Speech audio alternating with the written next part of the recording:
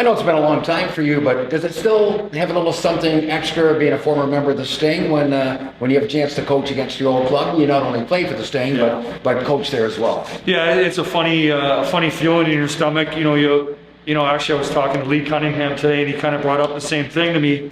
And I said I owe so much to that organization that's helped me progress and get me to where I was and have some great years of hockey. So I'm very thankful. But on the other hand, we have a job now here to do. So it's a funny feeling, but you wish them all the best. But not tonight. Exactly. Hey, in your playing days, obviously, starting out in North Bay, it's always funny when we make those northern trips. Unfortunately, we don't go up to the Bay this year, but even up in the Soo. And for a kid from LaSalle, that had to be quite an eye-opener when you first went up and started playing junior up in North Bay. Yeah, you nailed it. It was a long way, and it was funny. It was my car. I didn't know I had a plug in the front. There's some things you learn real quick there. I was lucky enough that year to be on a great hockey team. Winning the OHL championship that year with Bert Templeton as our head coach.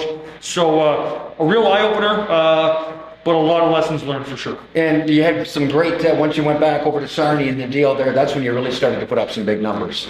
Yeah, I give a lot of credit to Mark Hunter as well, who was the coach there, and Rich Brown as assistant. Did a great job teaching just some of the smaller things in the game that I wasn't doing correctly, and believing in me, and plenty of ice time and plenty of confidence. So I thank Terry Dorn as well.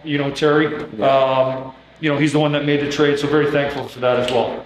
Your playing days on to the NHL as well, and I think obviously one of the highlights, and it's still a record as far as I know, Philadelphia, hat trick, playoff. And it's not like a centerman or a left winger. As a defenseman, the hats were on the ice. I've seen the video a number of times. That has to be a special moment. Very special.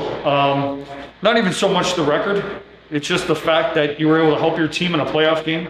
I always go back to 2 games before that. I ended up getting an overtime winner, and I would actually consider that goal bigger than the hat trick.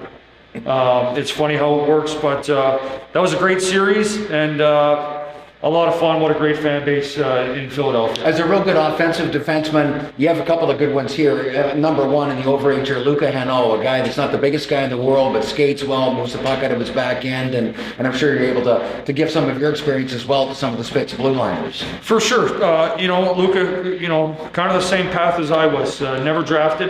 Played my overager as well. And things took off from there. So a lot of similarities for me and Luca to talk about and to build on. Great kid, great work ethic, just energy. Always got a smile on his face. So a pleasure to teach him and coach him and help him achieve his dreams. We talk about your playing days too, but not only in the NHL and obviously in the minors in North America, but quite a learning experience, I would think, too, when you get a chance to play in a number of different spots in Europe. It was something that I didn't really think about that much earlier on in my career, but when it got towards the end and things weren't working out over here, I decided to go over, and it was a great experience, and it's something that I'll never forget.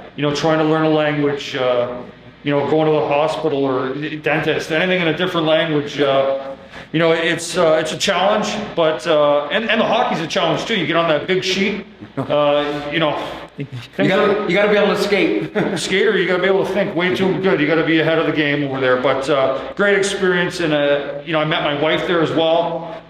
Just a crazy time. Any one place that you really liked more than that? And I know you played, I think, briefly in Norway, but obviously Germany. I think Austria a little bit too. Any one spot that you really think, wow, that is a beautiful spot and a great the people.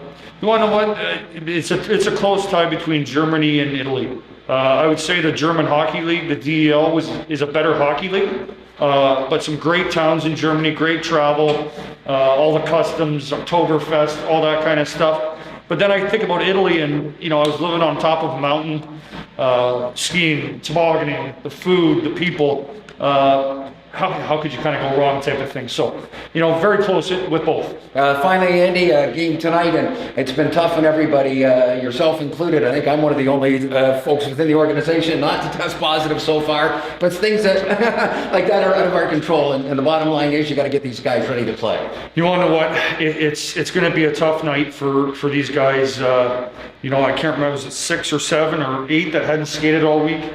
You know, it's going to be tough on them. It's not easy, and I hope they're ready for that challenge. Some nice short shifts, get their legs going early, physical early. There's lots of things that they need to do early to get into this game, because those 4 or 5 days off, they can one long shift and you could be in trouble for the rest of the night. Hey, Andy, thanks for your time, and good luck here tonight. We'll chat again a little bit later in the season. Thanks, Horny. Appreciate it. Go Spits.